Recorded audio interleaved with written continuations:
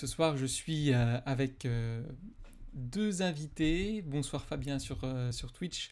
Je suis avec Bruno Imbec qui est psychopédagogue, qui travaille régulièrement avec le magazine Sciences Humaines et qui a travaillé sur le numéro qui sort en ce moment, qui est en ce moment dans vos kiosques et au sujet duquel voilà, on va faire l'émission de ce soir, qui est, je viens de le recevoir, hop, c'est ma fille qui me l'a apporté tout à l'heure, c'est le facteur qui vient de me l'apporter aujourd'hui. L'éducation positive, voilà, je vous le mets là, vous le voyez. Donc ce numéro vient de sortir et donc Bruno Imbec a écrit dedans. Il est spécialiste de cette question-là, de l'hyperparentalité, de l'éducation positive. Il est docteur en sciences de l'éducation à l'université de Mons, c'est bien ça? C'est ça. Merci d'être avec nous ce soir. Merci à vous. Et puis je suis avec Béatrice, que vous connaissez sans doute si vous nous suivez un petit peu, parce que c'est pas sa première émission, elle est déjà venue il y a un petit moment maintenant pour parler aussi d'éducation positive. Voilà, Béatrice est journaliste spécialiste en éducation et en particulier de l'éducation positive. Et c'est elle qui a coordonné le numéro qui est en kiosque en ce moment sur l'éducation positive. Voilà, merci d'être avec nous aussi Béatrice ce soir. Merci Hugo. Donc voilà, on va parler ce soir d'éducation positive.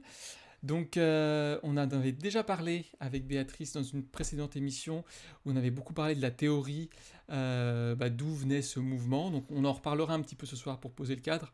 Mais si vous voulez plus de précision, voilà, je vous invite à aller voir l'émission avec Béatrice qui se trouve sur notre chaîne YouTube. À laquelle vous pouvez accéder voilà, en tapant Sciences Humaines dans le moteur de recherche YouTube ou en tapant point d'exclamation VOD dans le chat de Twitch. Si vous êtes sur Twitch, ça vous mettra directement un lien. Voilà, et puis comme d'habitude, l'émission est interactive, donc n'hésitez pas à participer, poser vos questions, demander des clarifications si besoin. Je serai là pour prendre vos remarques. Pas forcément directement, mais en tout cas, même si je les prends pas tout de suite, ça veut pas dire que je les prendrai pas du tout. Des fois, c'est pour pas interrompre nos invités. Mais voilà, je les garde bien dans un coin avant de les poser.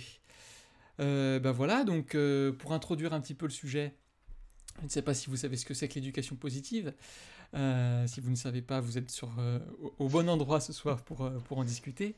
Mais voilà, c'est un terme qu'on entend de plus en plus. C'est une façon d'éduquer les enfants, aussi bien en famille qu'à l'école, qui est de plus en plus à la mode, en tout cas de plus en plus répandue. Mais pourtant, c'est pas non plus une notion qui fait consensus. Il y a des gens qui s'opposent, des gens qui sont d'accord avec ce que dit la psychologie positive, des gens de l'éducation positive, des gens qui sont plutôt opposés à ça, et puis des gens qui sont un peu mitigés. Ce soir, mes invités sont ni partisans farouches de l'éducation positive, ni opposants farouches, mais voilà, c'est plutôt des personnes qui sont mesurées, et donc c'est aussi pour ça qu'on les a invités ce soir. Donc voilà, je vais commencer par ma première question que je voulais vous poser. En quelques mots, l'éducation positive, qu'est-ce que c'est? Alors, je réponds Bruno, ou je allez-y. laisse. Ok, j'y vais en quelques mots. Donc, c'est un mot qui d'abord était dans le champ de la recherche. Et là, il posait pas trop de problèmes. C'est-à-dire que c'était l'idée de dire on va regarder, plutôt que de prendre toujours comme thème de recherche les éléments négatifs, essayer d'étudier ce qui se passe mal chez un être humain, on va aussi utiliser ce que Nietzsche appelle un œil d'amour, un œil d'amour, un œil de haine, c'est-à-dire aussi ce qu'il y a de positif pour le mesurer. C'est longtemps resté un élément, je vais dire, qui permettait d'orienter un nouveau champ de recherche. Et puis après, c'est devenu une forme pédagogique qui suppose, et c'est peut-être là, mais ça on aura l'occasion d'en parler, que le problème a commencé à se poser parce que le mot positif, si on prend son acception mathématique, ça signifie que c'est tout ce qui se retrouve au-dessus de zéro et tout ce qui est en dessous de zéro est négatif. Donc c'est une forme pédagogique qui a parfois eu tendance à supposer que tout ce qui n'était pas elle était nécessairement négatif. Béatrice, tu veux ajouter quelque chose peut-être? Oui. Moi, ce que je rajouterais, c'est que c'est un vocable en fait qui est quelque part assez daté sur le plan historique, parce qu'il est apparu vraiment en 2006 avec la recommandation du Conseil de l'Europe, qui à ce moment-là en fait essayait de définir ce que devrait être la parentalité du futur, enfin en tout cas du 21e siècle à venir. Et en fait, la définition qu'elle a donnée, c'est une parentalité, c'est un comportement qui vise à élever l'enfant, à le responsabiliser, qui est non violent, qui lui fournit reconnaissance et assistance en établissant un ensemble de repères favorisant son plein développement. Voilà, donc je vous ai lu la définition vraiment du Conseil, officiel du Conseil de l'Europe. Et en fait, ça a un petit peu fonctionné comme une, comment dire, parce que vous avez vu, hein, c'est une définition qui est très large, qui est très vague. Le plein développement, tout le monde veut que les enfants se développent pleinement, évidemment. Personne ne peut être contre ça. Et donc finalement, c'est devenu un peu un cri de ralliement derrière lequel tout un ensemble de courants éducatifs sont venus finalement s'agréger en disant mais oui, nous aussi on fait de l'éducation positive. Et c'est là où en fait c'est tout le problème de la définition, parce que c'est à la fois une définition très vague et en même temps on voit bien qu'il y a des valeurs, qu'il y a des principes qu'on retrouve un petit peu de manière continue, mais ça reste difficile à définir, d'où l'importance aussi de mettre des savoirs derrière, d'en discuter, de poser un petit peu tout ça. Sur Twitch, il y a Fabien qui demande l'Émile de Rousseau, est-ce que c'était de l'éducation positive dans l'idée? C'est une très belle question parce que effectivement, la confusion, elle est très très vite venue dans ce qu'on appelle les pédagogies, qu'on appelle faussement d'ailleurs les pédagogies nouvelles, parce que ce pas des pédagogies nouvelles, elles datent juste de l'après-guerre. Hein, quand on fait de Montessori une pédagogie nouvelle, il faut quand même historiquement la remettre dans son cadre. C'est une pédagogie qui date quand même maintenant de plusieurs dizaines d'années. Oui, quand on dit pédagogie nouvelle, excusez-moi, du coup on entend donc Montessori. Est-ce qu'il y a d'autres sortes de pédagogies qu'on inclut dedans? La pédagogie active, hein, et c'est pour ça que l'intervention de l'auditeur est tout à fait à propos, ça vient effectivement de l'Émile de Rousseau qui a lancé l'idée qu'on pouvait laisser croître les enfants et que ça allait bien se passer. Ça, c'est en tout cas l'idée qu'ont la plupart des gens qui parlent de Rousseau sans l'avoir lu. Quand on le lit, réellement, on se rend compte que, par exemple, il vous expliquait que si votre enfant cassait un carreau, vous deviez le laisser avec les carreaux non réparés pour qu'il ait froid et qu'il comprenne la faute qu'il a commise. Donc, on n'était pas franchement dans l'éducation positive quand on lit Rousseau, mais Rousseau a donné, beaucoup de gens parlent de Rousseau et très peu l'ont lu en réalité. Hein. Et l'Émile, par exemple, ceux qui le lisent d'ailleurs le mutilent d'emblée de 100 pages qui sont consacrées à l'éducation des filles, parce qu'avoir le culot d'écrire qu'on doit éduquer les garçons uniquement pour qu'ils servent, les filles uniquement pour qu'ils servent les garçons, c'est quand même à l'époque, c'était considéré comme tout à fait excessif comme point de vue.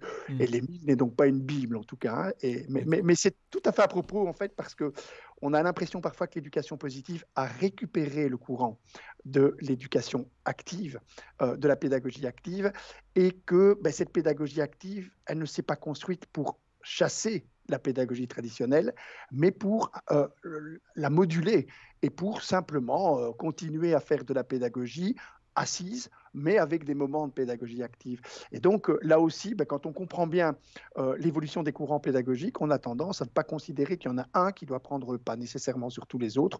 C'était un petit peu, on aura sûrement l'occasion d'en parler, le travers de l'éducation positive, de considérer qu'il n'y avait plus qu'une façon d'éduquer. Et comme Béatrice l'a rappelé en introduction, évidemment qu'on a toutes les formes pédagogiques avaient une intention bienveillante. Elles étaient parfois effectivement pavées de manières et de méthodes qui sont un peu différentes de celles qu'on propose dans la pédagogie active, mais l'intention a toujours été bienveillante sur le plan de l'éducation. Et donc, je préfère, moi, parler de façon positive de faire de la pédagogie que de pédagogie positive, parce qu'il y a des tas de façons positives de faire de la pédagogie, en ce compris dans la pédagogie active, libertaire ou traditionnelle, dans tous les courants pédagogiques. Ce qui est amusant aussi avec Rousseau, si je peux me permettre, c'est que lui, il prônait d'une certaine manière l'éducation négative. C'était ça l'idée de ne pas intervenir. Donc, quelque part, on a l'impression que l'idée, que en tant que précurseur des pédagogies nouvelles, Rousseau est d'une certaine manière un peu à l'origine de l'éducation positive, et en même temps, le vocable qu'il utilisait, c'est éducation négative. Donc voilà, à chaque fois, moi, ça me fait beaucoup rire. Donc, pour l'anecdote. Ouais. Ok. Alors oui, Karine sur Facebook qui demande, est-ce que permettre à l'enfant de diagnostiquer le bien du mal, c'était ça l'idée? Alors, pas vraiment. Ça c'est l'éducation morale. Elle existait depuis aussi le début de l'éducation. Et Kant, par exemple, qui n'est pas nécessairement un adepte de la pédagogie positive telle qu'on la développe, était effectivement dans l'idée que l'éducation devait être morale et donc permettre aux enfants de distinguer le bien du mal. La différence avec l'éducation positive, c'est qu'elle suppose qu'elle a le monopole de ce qui est bien ou de ce qui est mal, et qu'on n'a pas le droit de s'égarer avec des techniques éducatives qui seraient négatives. La pierre d'achoppement de toutes ces formes pédagogiques, c'est peut-on laisser croître les enfants sans dommage? C'est-à-dire, effectivement, est-ce que, par exemple, la punition est un gros mot en pédagogie? Est-ce que la sanction est inutile? Alors, vous avez effectivement tout un travail qui doit être fait pour moduler ces différentes techniques éducatives, parce que la punition comme la sanction sont des techniques éducatives, pour la remettre dans un cadre. Évidemment, vous avez alors, c'est là que la pédagogie positive est sans doute partie dans le mur, quand elle a supposé qu'elle pouvait se décliner par un ensemble de recettes, du style éduquer sans punir, soyez des parents zen. Ce qui est effrayant dans la pédagogie positive, c'est les titres des livres, c'est épouvantable. On a l'impression que l'éducation, on peut la livrer clé sur porte à des parents déboussolés, désemparés, et c'est pour ça qu'elle peut aussi parfois être nocive, parce que des parents déboussolés à qui vous donnez une recette qui est une recette passe-partout qui ne marchera probablement pas, vous allez en faire des parents désespérés. Et là, il y a effectivement tout un courant critique qui s'est heureusement développé pour dire attention simplement, j'espère faire partie de ce courant-là, c'est pas si simple. Et le simple fait de dire c'est pas si simple, et on ne peut pas définir à un moment donné l'éducation positive à partir d'un ensemble de recettes qui marcheraient pour tout le monde et qui ferait finalement de la parentalité une forme de parentalité heureuse qui aurait le monopole de dire ce qui est bien, ce qui n'est pas bien et ce qui est bien pour soi en tant que parent. Oui, on va y revenir. Juste pour terminer sur pour poser les bases un petit peu théoriques, donc on parlait de l'éducation nouvelle, on a parlé de l'Émile. Voilà, on a l'impression que et c'est ce qui, je crois, est dit dans le numéro, c'est qu'il y a une évolution du regard sur l'enfant qui a abouti à là où on en est aujourd'hui, et notamment cette idée d'éducation positive. Est-ce qu'on peut, pareil, assez rapidement, retracer un petit peu les évolutions du regard des adultes sur les enfants et là où on en est aujourd'hui?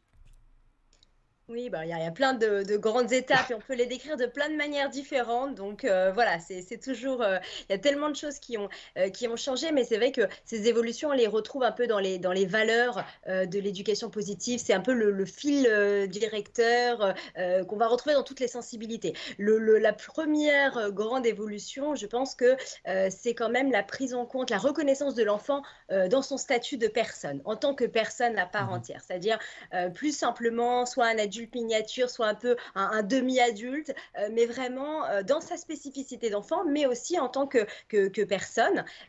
Donc ça, évidemment, on retrouve les liens avec le mouvement pour l'éducation nouvelle, puisqu'il y avait déjà aussi cette idée-là qui était très, très présente, et ça nous amène un peu jusqu'à une représentation démocratique des rapports avec l'enfant. Donc il faut prendre en compte ses goûts, il faut prendre en compte ses choix, il faut qu'il soit associé aux décisions qui le concernent. Donc ça correspond aussi à toutes les évolutions du droit. Des droits de l'enfant, mais aussi du droit au sens strict, puisque là, je suis en train de vous citer des articles du Code civil, la loi Kouchner, où voilà, on va demander, on va essayer de rechercher le consentement de l'enfant et l'adhésion de l'enfant. Après, les évolutions, quelque part, sont un petit peu liées à celle-ci.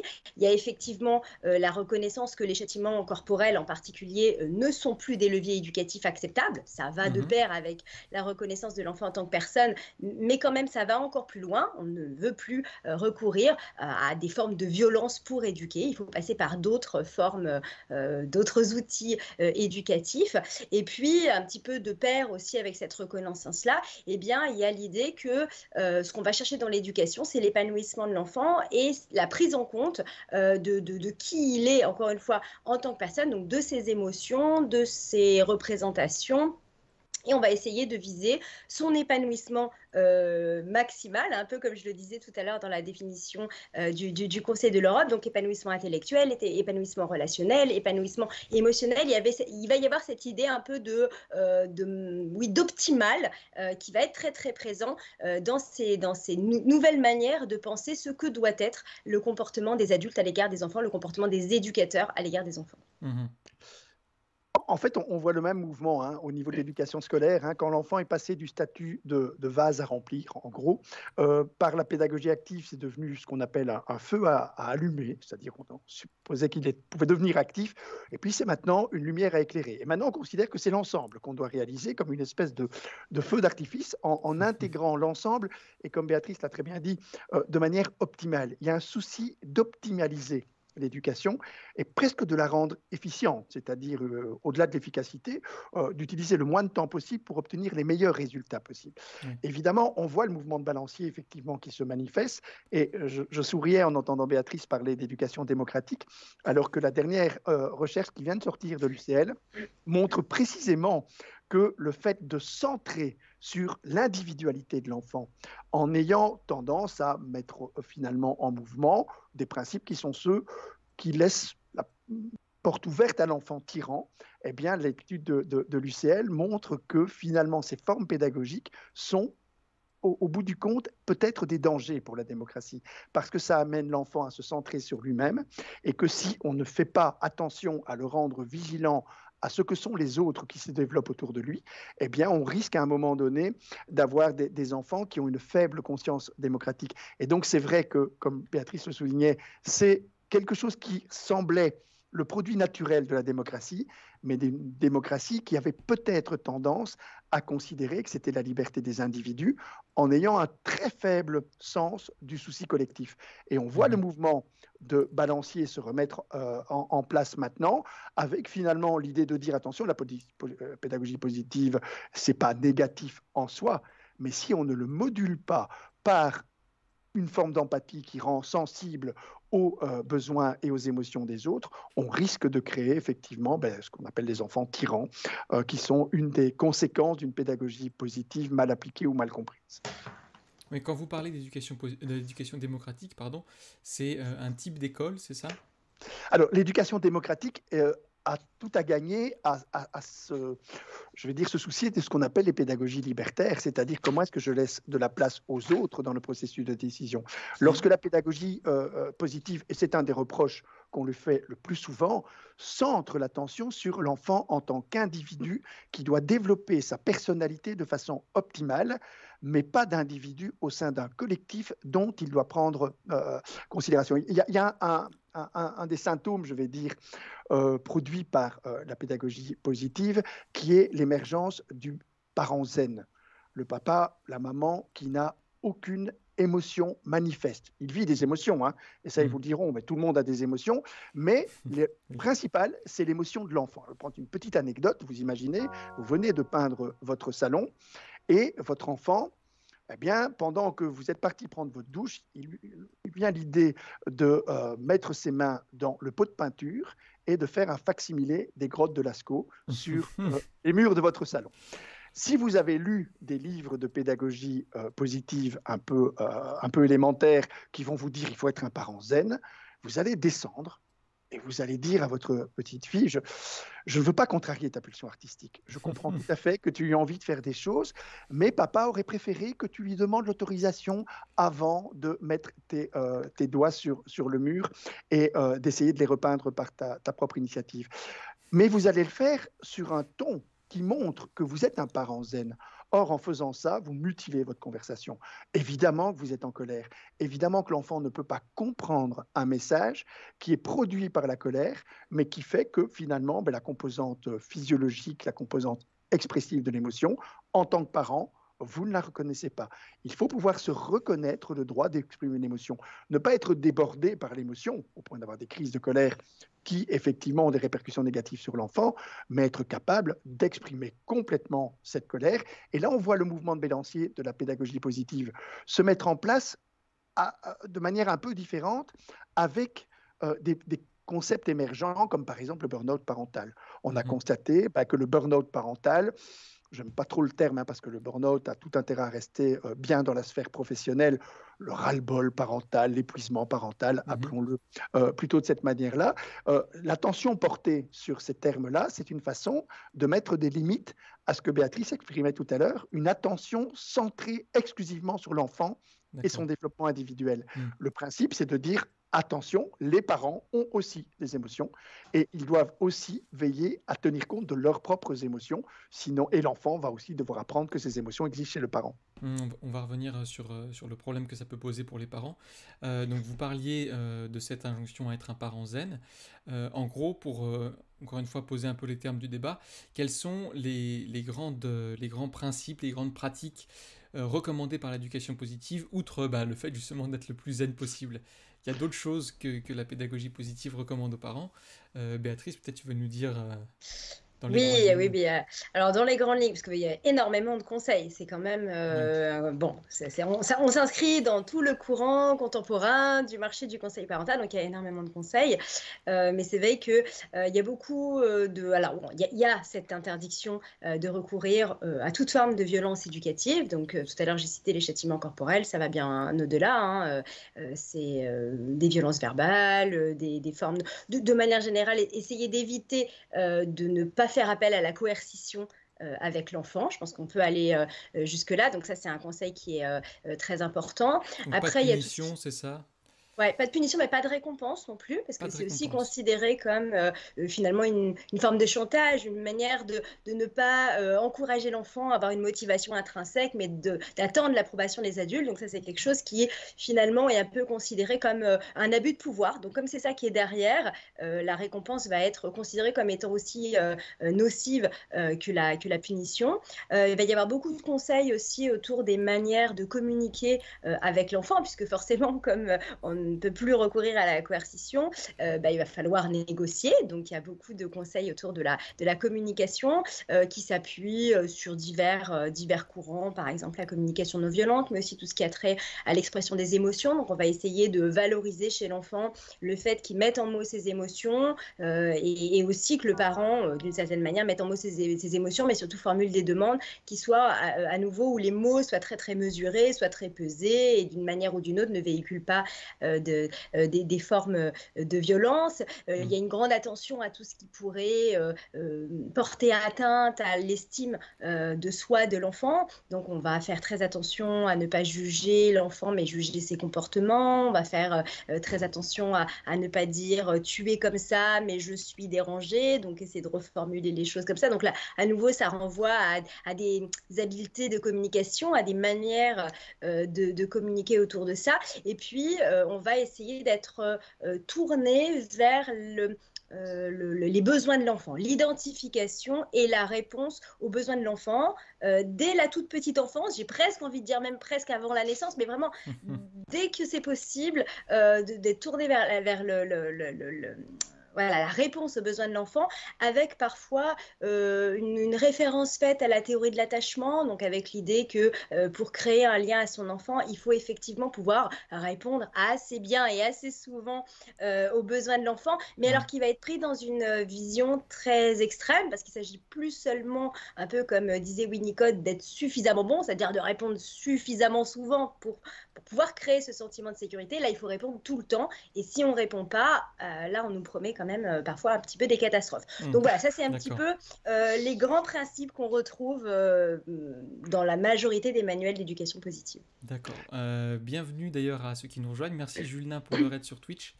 Bonjour Olgen, bonjour Manon Chat, bonjour à toutes et à tous. Bonjour aussi Valtensef sur Facebook. Voilà, on discute, mais n'hésitez pas si vous voulez participer, poser vos questions.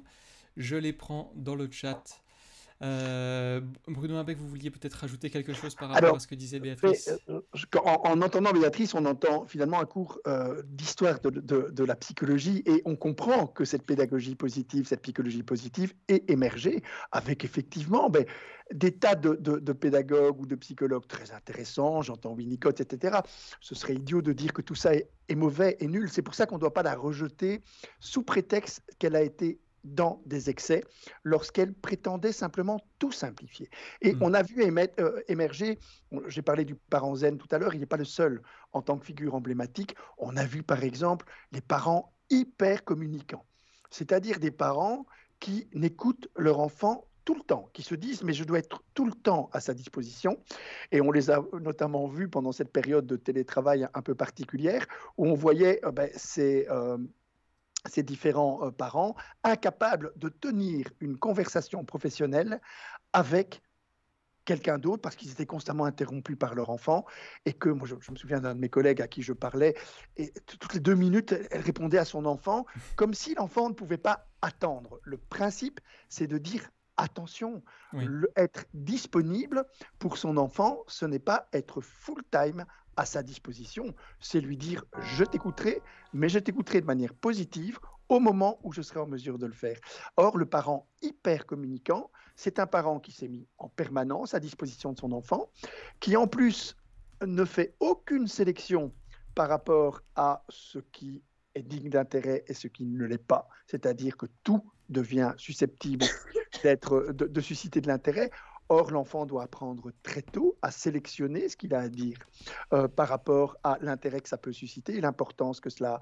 Et donc, le parent hyper communicant, ben, le problème n'est pas de communiquer, le problème, c'est de communiquer de façon excessive en n'étant plus qu'une oreille pour son enfant. Et l'autre parent émergent, c'est le parent hyper tolérant qui ne fixe plus aucune limite, parce que effectivement, comme Béatrice l'a exprimé, toute forme de punition et même de récompense, hein, et c'est très très difficile d'envisager l'éducation en oubliant tout principe d'autorité. C'est-à-dire que plus rien ne fait autorité, c'est pour ça que tantôt le mot démocratie, éducation démocratique a été lâché, mais peut-être un peu à tort, parce que la démocratie, eh bien, c'est le pouvoir égal de chacun, de papa, de maman, de l'enfant. Quand toute la famille rigole de maman et que papa trouve ça très drôle parce que les adolescents rigolent aussi, et que maman, lorsqu'elle dit « mais moi je trouve pas ça drôle parce que vous n'avez pas à vous moquer de moi », et que tout le monde dit à maman « mais en plus, tu as un balai dans le cul, tu sais pas rire », et que tout le monde rit encore plus fort, eh bien, on est effectivement dans un déni démocratique. Le principe, c'est de faire en sorte que l'enfant comprenne que les émotions de son parent sont aussi importantes que les siennes, que le parent a le droit aussi d'avoir des moments où il veut avoir la paix et où il n'est pas accessible pour la communication de l'enfant. Et donc, le principe, comme Béatrice a montré, on est dans l'idée de la continuité de l'histoire de la pédagogie. Il ne s'agit pas de tout jeter maintenant, parce que je l'entends aussi, le risque qu'il y a de dire cette pédagogie positive, c'est rien que des futilités, il faut tout foutre en l'air. Non, il faut modérer les excès qu'elle a produits de façon simplement à avoir des parentalités plus sereines. Alors oui, justement à propos de ça, de la tyrannie de l'enfant notamment, on a une question, enfin une remarque sur Facebook d'une maman qui dit « Je suis maman mais aussi enseignante. Que pensez-vous de l'école de la bienveillance qui évolue en école de la complaisance? Je suis confronté à ce problème tous les jours. » Voilà, on a une critique de la pédagogie ou de l'éducation positive qui est sur ce versant-là, c'est-à-dire les enfants sont livrés à eux-mêmes et ils peuvent faire tout ce qu'ils veulent sans aucune limite, sans autorité des parents. Ces critiques-là sont formulées depuis un petit moment. Qui est-ce qui les formule? Est-ce que les critiques viennent toutes du même bord? Je crois que c'est pas si évident que ça. Et puis, du coup, voilà, vous avez un peu répondu tout à l'heure, Bruno, mais on comprend pourquoi ces critiques peuvent arriver, quoi. Alors, ce qu'il faut, c'est éviter d'être dans un monde binaire qui dirait l'éducation positive, c'est bien ou c'est mal. Et effectivement, quand j'entends, par exemple, l'opposition entre une école de la bienveillance qui serait assimilée à une école où on laisse tout faire, ça a été le travers d'un certain nombre de pédagogies actives au moment où elles ont émergé. Ils ont eu le problème de l'autorité. Et effectivement, c'est pour ça d'ailleurs qu'elle a s'est difficilement développée au-delà des maternelles, puis de l'école primaire, parce qu'on sait qu'on ne peut pas laisser croître de manière continue. Par exemple, qu'il faut s'en tenir à un programme scolaire. Les pédagogies du laisser croître supposaient que les enfants, spontanément, allaient finir par désirer apprendre ce qui était prévu qu'ils apprennent. Or, on a constaté que ce n'était pas le cas.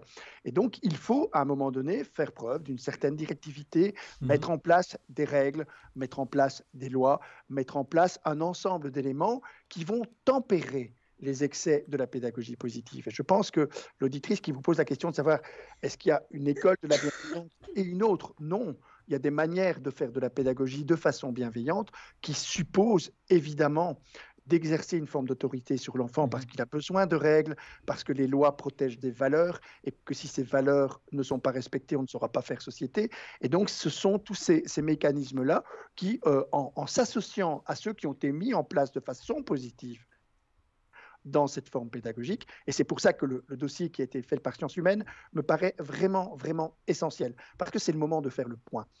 Et faire le point ne veut pas dire s'aborder tout ce qui a été fait au nom du fait qu'il y a eu des dérives. Faire le point, ça veut dire qu'est-ce qu'il y a eu de positif à retirer de tout ça.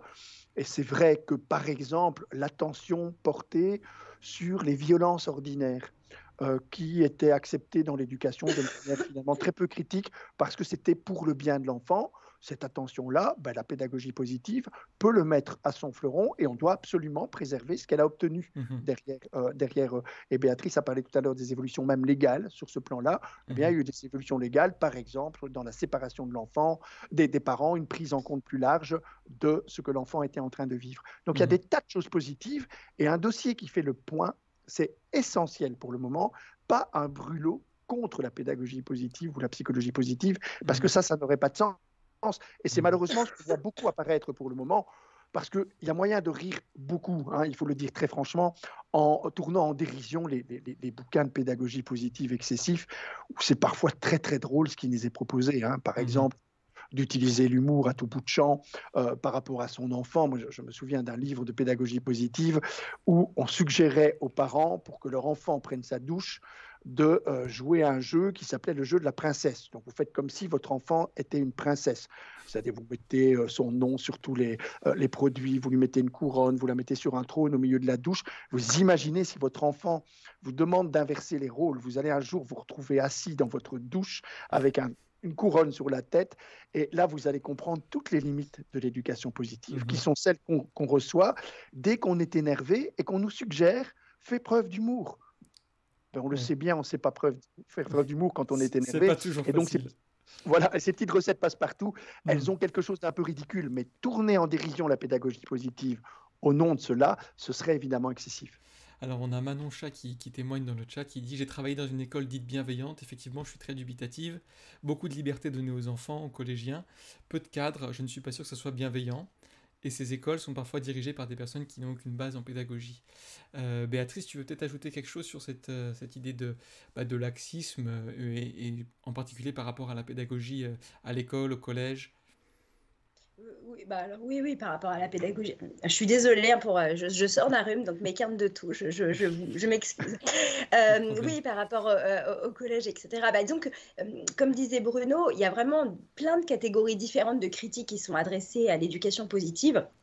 Si on met un peu d'un côté les nostalgiques du Martinet, les nostalgiques d'une éducation un peu ultra autoritaire et fantasmée, qui sont vraiment à part, on ne peut pas dire qu'ils sont vraiment porteurs d'un message éducatif important.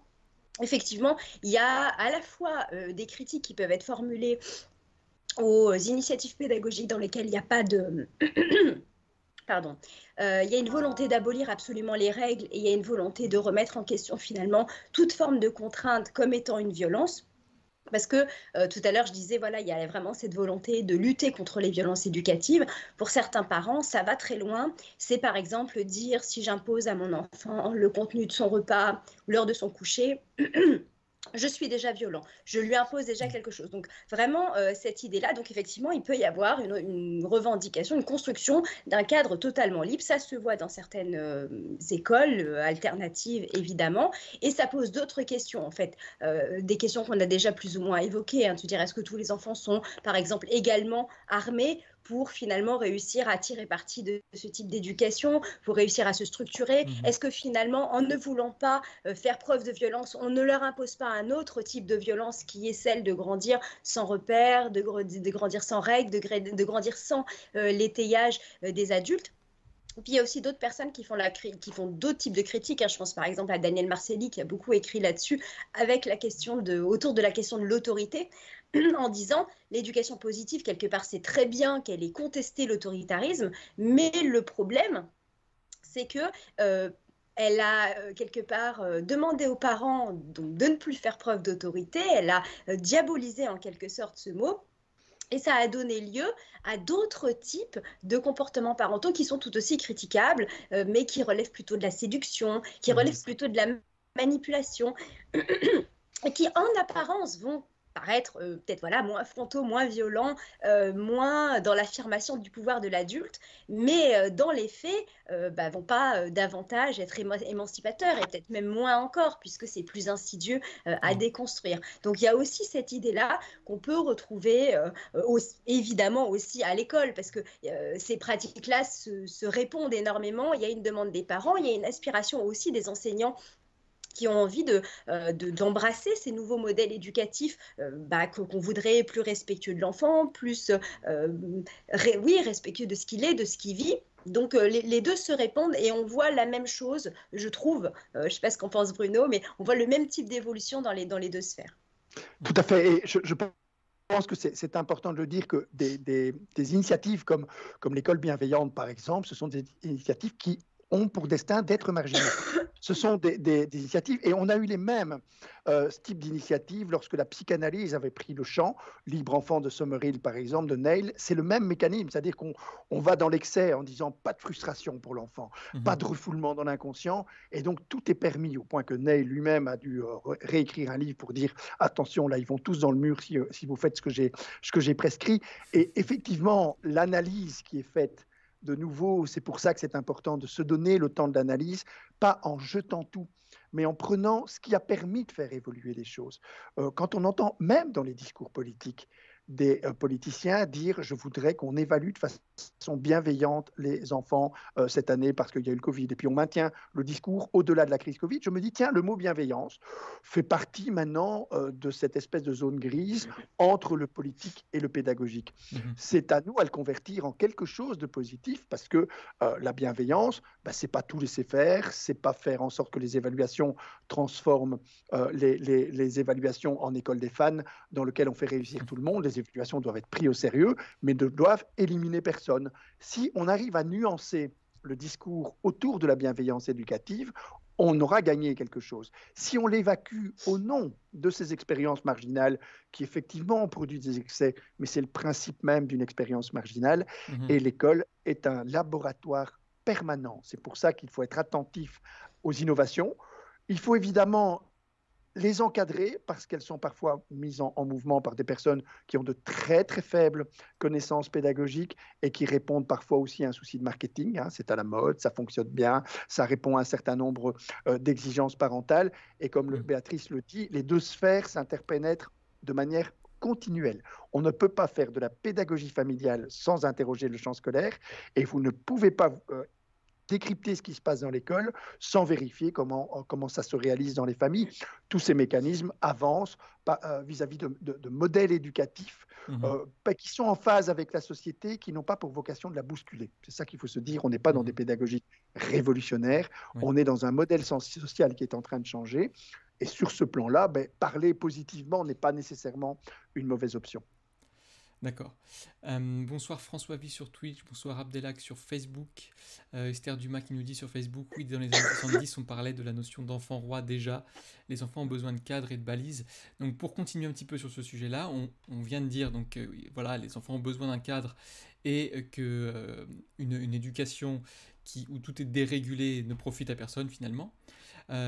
Bruno Imbeck, vous en parliez tout à l'heure, pour les parents aussi, et pour les adultes d'ailleurs à l'école, c'est important pour eux-mêmes, pour leur propre bien-être aussi et leur propre santé mentale, de pouvoir poser ses limites.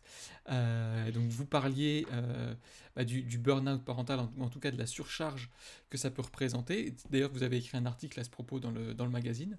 Est-ce que voilà, vous pouvez développer un petit peu ce versant de la critique de l'éducation positive? Il y a deux éléments. D'abord, l'idée qu'il faut des règles, mais que ces règles portent sur effectivement la façon dont l'enfant va se déplacer sur un territoire, des lois qui supposent des sanctions, et que pour qu'une règle soit appliquée, il faut qu'il y ait un système de punition qui soit mis en place, sinon vos règles ne seront jamais validées. Et pour que des lois soient applicables, il faut aussi qu'il y ait un système de sanctions. Donc des coups d'arrêt qui disent « là, ce que tu viens de faire, je ne l'accepte pas ». Ça, ce sont des outils qu'on met à disposition des parents. Mais ce qui est important, si on veut effectivement, et notamment dans le monde tel qu'il se configure actuellement, il faut savoir que l'hyperparentalité ou la pédagogie positive ou l'un et l'autre sont particulièrement difficiles à assumer dans le contexte qui n'était pas du tout un contexte prévisible, dans lequel on a une incertitude liée au fait qu'on vient de traverser une pandémie, qu'il y a une guerre à nos portes qui n'était absolument pas prévue dans l'imaginaire des parents et des adultes, et que on est dans un contexte dans lequel l'idée même du bonheur est en train de changer très fort, avec une génération qui est particulièrement inquiète. Ce qui est important, c'est de renoncer à la triple perfection. Il y a longtemps qu'on a suggéré aux parents qu'ils devaient renoncer à l'idée d'être eux-mêmes des parents parfaits. Ils doivent évidemment aussi renoncer à essayer d'avoir des enfants parfaits. Et sur ce plan-là, on voit aussi des pathologies émergentes qui sont un peu dangereuses, hein. Le surdoué était une pathologie émergente un peu dangereuse parce que ça supposait que l'enfant non pas était doué, mais qu'il était plus doué que les enfants des autres et que donc il était destiné simplement, s'il avait un développement normal, à être décevant. Et on voit maintenant apparaître, peut-être parfois en remplacement même des surdoués, les hypersensibles, comme si le fait de vivre des émotions était quelque chose qui était, alors c'est très dangereux, hein, le mot hyper, parce que c'est en même temps le signe qu'il y a quelque chose qui ne va pas, et en même temps, mais c'est hyper génial. Et donc, vous avez des parents qui trouvent que leur enfant a quelque chose de super génial, mais en même temps quelque chose qui ne va pas. Et ça va pathologiser, ce qui est simplement une manière tout à fait normale de réagir à des émotions qui ont tendance à se démultiplier dans le monde.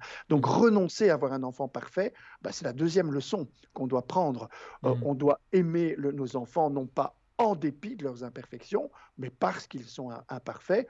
Ce qui est valable pour nos enfants sera d'ailleurs plus tard valable pour nos conjoints. Et donc, nous avons ce besoin d'apprendre à ne pas être soi-même parfait, à ne pas essayer d'éduquer les enfants pour qu'ils se comportent comme des enfants parfaits et à accepter que le monde est fondamentalement imparfait.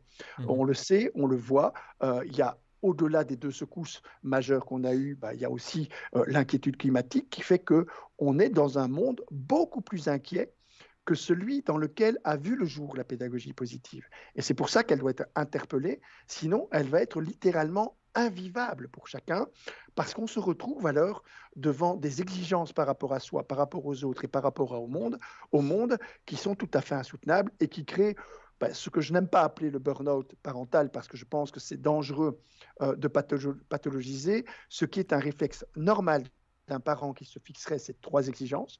Par exemple, l'exigence de perfection, fais un effort, sois forte ou sois fort, sois parfait et dépêche-toi, c'est-à-dire ce petit moteur qu'on met en route automatiquement quand on est parent qui va produire inévitablement de l'épuisement si on ne se préserve pas. Accepter l'incertitude. Accepter le fait que nos enfants, parce qu'on le voit aussi dans la pédagogie positive, et Béatrice parlait tout à l'heure du champ scolaire et du champ familial, il a tendance parfois à s'interpénétrer dans des moments, par exemple, que sont les devoirs scolaires. Quand les parents sont tiraillés par l'idée qu'en même temps, ils doivent être des parents parfaits, qui accompagnent les devoirs de leurs enfants, rester des parents zen, alors même que quand ils accompagnent leur enfant dans les devoirs, ils ont tendance à s'énerver et à faire une contre-pédagogie, il y a tout un champ qui doit être exploré pour le moment pour permettre aux parents de passer la main, de ne pas être des parents, je vais dire, qui s'engluent dans cette problématique des devoirs avec une exigence paradoxale qui est de leur dire en même temps ne t'énerve pas et en même temps fais-toi des soucis pour l'avenir de ton enfant.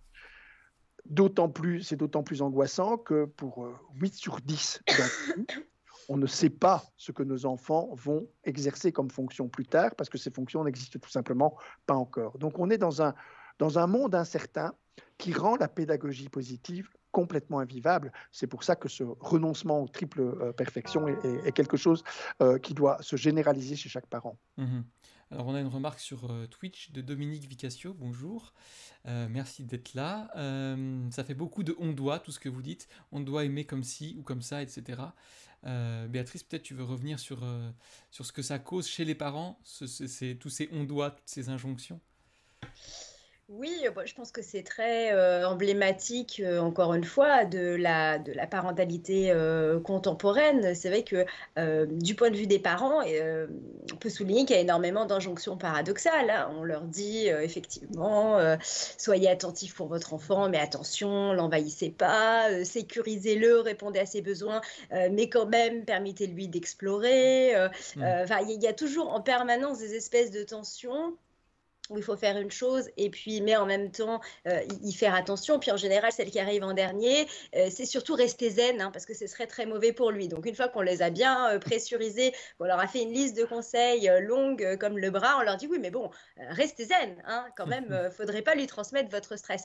Donc moi je pense objectivement que c'est très difficile d'être parent aujourd'hui, hein, c'est vraiment une mission compliquée parce qu'il y a des attentes très diverses de toute la société entière qui ne sont pas toujours formulées, qui ne sont pas forcément assumées.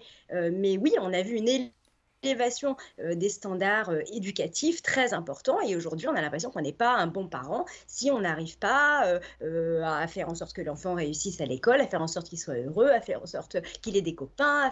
Il y a tout de suite cette dévaluation parce qu'il y a quand même cette attente qui est très forte. Donc, je pense que c'est important de ne pas l'oublier parce que ça vient encore rajouter une strate. C'est-à-dire on peut pointer du doigt les limites de l'éducation positive en cela qu'elles sont injonctives et qu'elles suscitent de la culpabilité vis-à-vis des parents. Mais voilà, il faut se garder que dans cette critique, on n'en rajoute pas une couche et on ne fasse pas finalement ce qu'on est en train de dénoncer parce que c'est réellement voilà, très difficile. Et aujourd'hui, les parents, effectivement, sont au carrefour entre la peur d'un déclassement social, donc par exemple un surinvestissement de la scolarité parce qu'on a très peur que l'enfant, plus tard, il n'est pas un bon métier, il n'est pas... Et en même temps, le désir de le voir s'épanouir, qu'il affirme sa singularité, qu'il soit dans l'autonomie et plus, etc., etc. Et puis la peur de l'avenir, parce que comme l'a dit Bruno, on vit quand même dans un monde d'incertitude, qui a beaucoup ravivé de choses, qui est extrêmement difficile à faire face aujourd'hui. Donc voilà, moi j'aimerais sauter sur l'occasion quand même pour rappeler cette dimension aussi des affres parentales. Ouais, alors du coup, à propos de ça, on a François Vie qui dit la difficulté se retrouve surtout chez certains parents isolés, seuls ou sans soutien familial. Tout à l'heure, on avait Oreds aussi qui remarquait que les injonctions pesaient en particulier sur les mères. D'ailleurs, les parents isolés en France, c'est avant tout des femmes, c'est avant tout des mères. On en parle aussi, vous en parlez dans le dossier. Il y a quand même quelque chose de particulier pour les mères. Des injonctions qui les surchargent de travail, qui concernent même avant la naissance, des conseils sur la grossesse, sur le bon accouchement, comment bien s'occuper d'un nouveau-né, etc. Ça aussi, c'est un côté difficile à porter de l'éducation positive.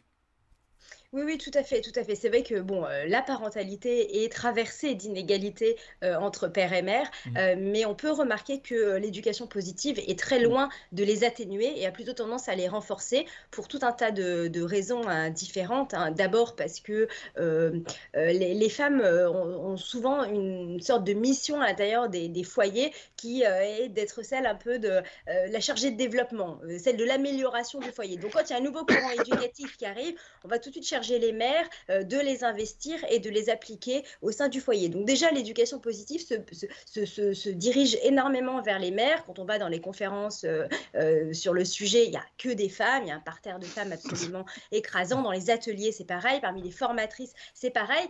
Ce sont les femmes qui tout de suite vont l'investir. Ensuite, ça va être renforcé par le fait que ça se base beaucoup sur des compétences de communication, sur des changements dans la manière de communiquer. Donc ça, évidemment, dans les stéréotypes, on va dire, oui, mais les émotions, la communication, c'est un truc de femmes. Donc, un petit peu de manière inconsciente presque, on va demander aux mères de le prendre en charge pour ces raisons-là. Et puis en plus, il y a cette histoire de satisfaire absolument, de répondre absolument aux besoins de l'enfant, et ce, dès le plus jeune âge.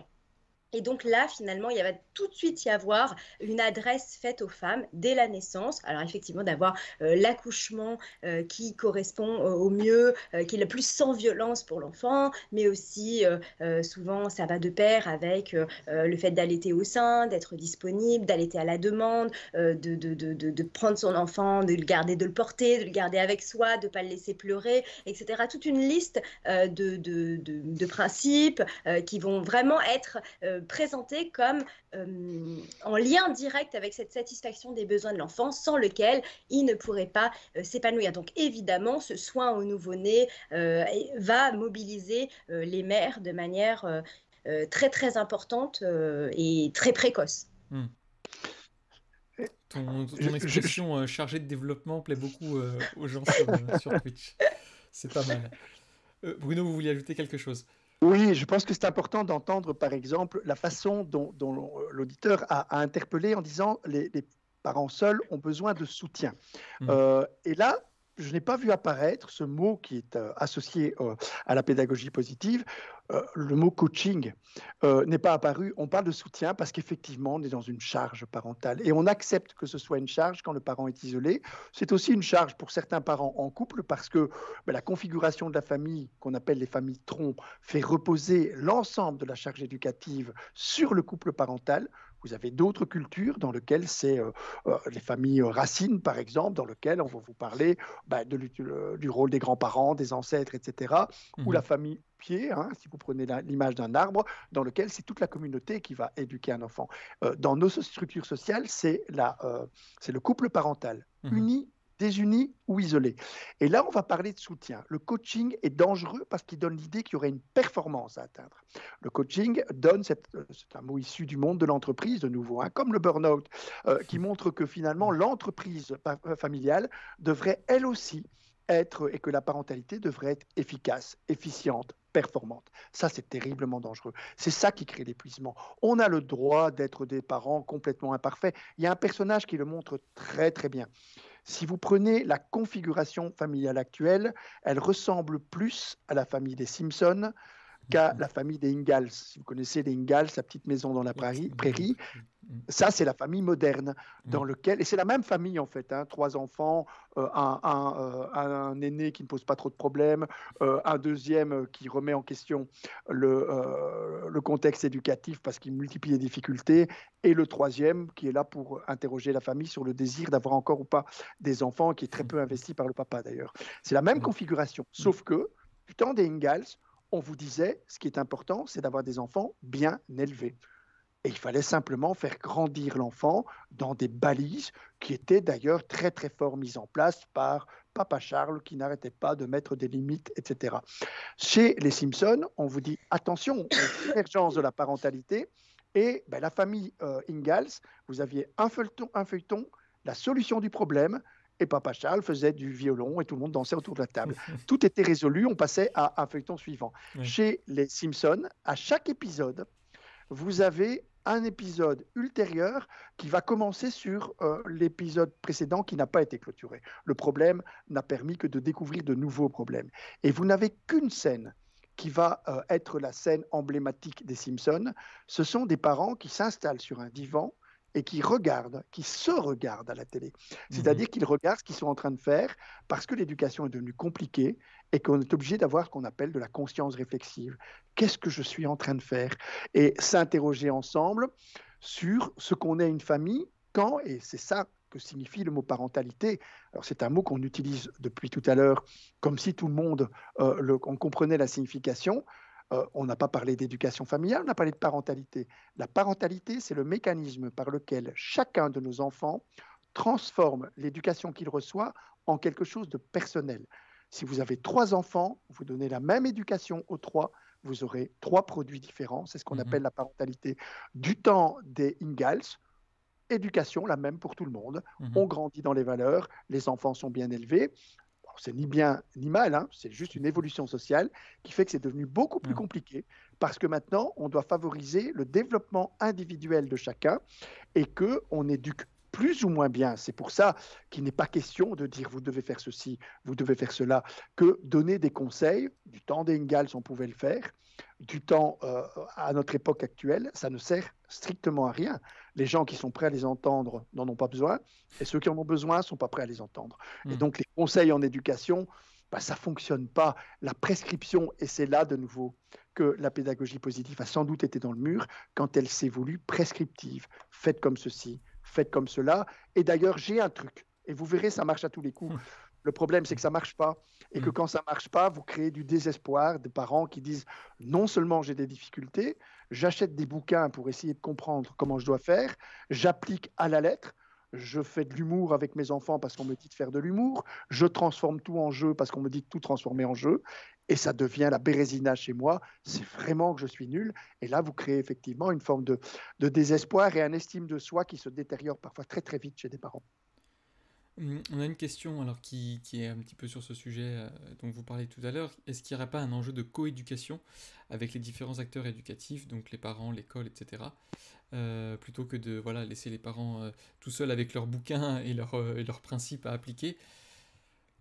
Bien sûr. Alors là, je suggère que Sciences Humaines fasse un numéro spécial aussi sur la coéducation parce qu'elle a évolué très très fort. Le fait d'éduquer ensemble, qui n'est pas du tout facile, qui avance très bien en France autour des cités de l'éducation, dans lequel c'est un concept émergent, mais les méthodologies ne sont pas toujours au point. En Belgique, on a mis en place les méthodologies, mais on n'a pas du tout pensé à donner les moyens aux écoles pour créer autour d'elles des communautés éducatives. Mais je pense que c'est une des voies de sortie de la pédagogie positive, c'est d'accepter l'idée qu'on n'éduque pas seul ses enfants et qu'on doit utiliser tous les supports que nos sociétés mettent à notre disposition, y compris sur le plan familial, en utilisant les grands-parents, je vais dire de manière positive à l'intérieur du schéma éducatif. Et là, il y a des techniques, des manières de faire qui vont permettre d'avancer vers cette éducation qui ne repose plus uniquement, exclusivement sur un socle parental qui, lorsqu'il est fragilisé, peut produire l'écroulement complet de l'arbre. Donc c'est vraiment important d'aller vers ces nouvelles formes d'éducation. Oui, puis Béatrice, pardon. Vas-y, oui. Si je peux rajouter un truc sur la notion de coéducation, il y a quelque chose qui est très intéressant et très important dans cette notion, c'est qu'elle repose sur la complémentarité des expertises, c'est-à-dire l'expertise du parent et l'expertise du spécialiste, du praticien, de celui qui a des savoirs en éducation, en santé, etc. Et ça, c'est quelque chose qui est très intéressant parce que justement, un peu ce que sous-tend l'éducation positive trop souvent, c'est que les parents sont incompétents, ne savent pas et doivent s'en remettre intégralement, surtout pas à leur intuition, à leur bon sens, parce que ça, ce serait une catastrophe. Ça ne ferait que reproduire toutes les mauvaises idées, tous les mauvais réflexes qu'ils ont. Ils devraient s'en remettre aux experts, souvent neuroscientifiques, parce que c'est quand même la discipline qui aujourd'hui a un poids particulièrement important. Et donc, c'est eux qui pourraient dire quelle est la meilleure manière, le comportement presque universel avec lequel il faudrait interagir avec son enfant. Et c'est là où, moi, il me semble qu'il y a un vrai pas à faire dans la coéducation pour temporiser, à la fois garder ce qu'il y a de bon dans la proposition de l'éducation positive, mais aussi permettre aux familles de se les approprier, c'est-à-dire de les faire évoluer, de leur donner du sens et de les transformer avec leurs propres valeurs. C'est bien ça, c'est bien celle de reconnaître l'expertise du parent, c'est bien celle de redonner de la valeur à ces pratiques parentales qui sont aussi pleines de bienveillance, qui sont aussi très créatives, qui sont aussi pleines d'amour, même si elles ne suivent pas forcément à la lettre les manuels d'éducation positive. Alors on a des remarques aussi qui nous disent très difficile de procéder à une coéducation avec tous les acteurs, enseignants, animateurs périscolaires, etc. Surtout ceux qui ne partagent pas nos valeurs ou notre image de la pédagogie idéale ou juste adaptée. C'est déjà pas toujours facile de s'harmoniser entre parents d'un même enfant. Alors si on prend tous les adultes qui sont en lien avec l'enfant, ça me semble très difficile. Est-ce que vous avez une réponse à cette remarque ? Je pense que comme Béatrice l'exprime très très bien, la coéducation, c'est pas le soutien à la parentalité. Le soutien à la parentalité, c'est l'activité de spécialiste. Parce que, et pour l'expliquer de manière très simple, imaginez que vous devez faire appel à quelque chose qui est de l'ordre de la coéducation en mettant vos enfants en garde chez votre belle-mère.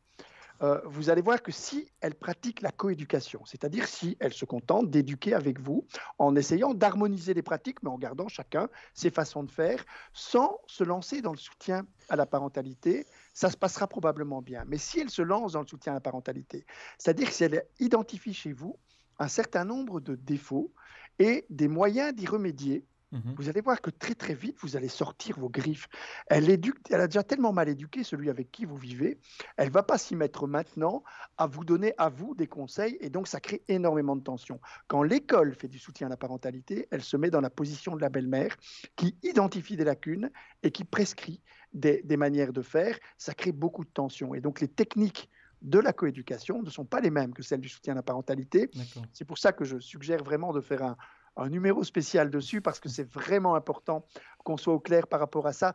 Et je jetais un œil sur le chat. C'est vrai, le côté l'irrespect des identités de chacun, notamment des enseignants et des parents, les tensions que ça crée quand on est dans le co-enseignement, quand on est dans la co-gestion de l'espace scolaire ou quand l'école se met à faire la police des familles, ce qui arrive aussi très souvent. Vous avez énormément de tensions.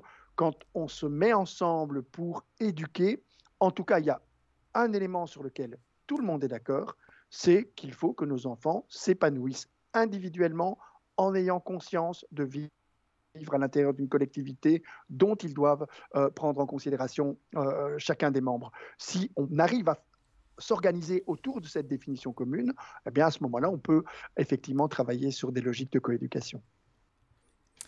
Ok, et ben, on va pas tarder à s'arrêter parce que l'heure avance. Au reste, qui dit des cercles de parents émergent financés par les ARS, donc les agences régionales de santé en France, je crois, comme groupe de parole animé par des puéricultrices, etc. Donc voilà, on voit que en fait, il y a un champ possible ici, voilà, pour répondre un peu aux critiques qui ont été formulées sur la pédagogie et l'éducation positive. Voilà, il y a d'autres possibilités. Et c'est vrai que cette idée de coéducation dont on parlait à l'instant est pas très bien connue. En effet, Bruno, je suis d'accord, ça mériterait sans doute d'être creusé un peu plus parce que c'est vrai que voilà, moi-même, j'y connais rien et je pense que le grand public n'est pas forcément familiarisé avec ces principes-là. On va s'arrêter là parce que l'heure est avancée.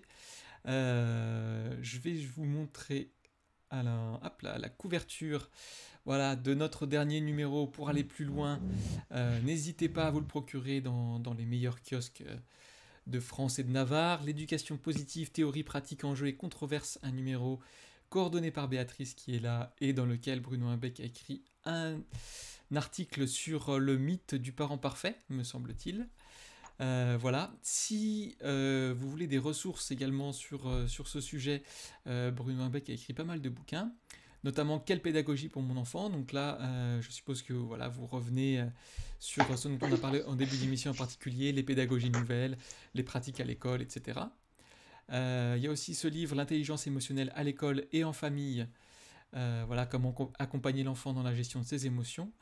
Et puis, sur tout ce qui concerne l'hyperparentalité et la pression qui repose sur les parents, il y a 2 autres bouquins dont on a parlé tout à l'heure avec Bruno avant l'émission, mais dont j'ai pas les couvertures, mais je vous les cite quand même si vous voulez noter. Donc il y a La dictature de la babycratie, et puis Et si on laissait nos enfants respirer. Voilà, 2 livres qui sont parus chez Renaissance du livre, qui sont sur ce sujet en particulier. Bah voilà, je pense on a fait le tour. Il me reste à vous remercier. Béatrice, merci d'avoir été là. Bruno aussi, Merci. merci beaucoup d'avoir répondu à notre Merci à vous. invitation. Merci à toutes celles et tous ceux qui ont participé, qui ont discuté dans le chat. Et j'ai pas pris toutes les remarques, toutes les questions. Il y en avait pas mal, mais en tout cas, merci à tous d'avoir été là. Merci aussi à ceux qui ont regardé, même si vous n'avez pas écrit. Merci d'avoir été là. La semaine prochaine, donc on reprend les lives le mercredi et non pas le mardi. C'était une exception aujourd'hui. Et on va parler d'argent. Pourquoi est-ce qu'on veut toujours plus d'argent? Ou est-ce que vraiment on veut toujours plus d'argent? Voilà, on va parler un peu de psychologie, etc. Je serai avec Benoël Brune, qui est professeur de marketing, et avec ma collègue Cécile Pelletier, qui est journaliste à la rédaction de Sciences Humaines. Voilà, rendez-vous à 18h mercredi la semaine prochaine. Et d'ici là, passez une bonne soirée, une bonne semaine. Et puis à très bientôt. Merci tout le monde. Au revoir. Au revoir, Au au revoir à revoir. tous. Merci, au revoir.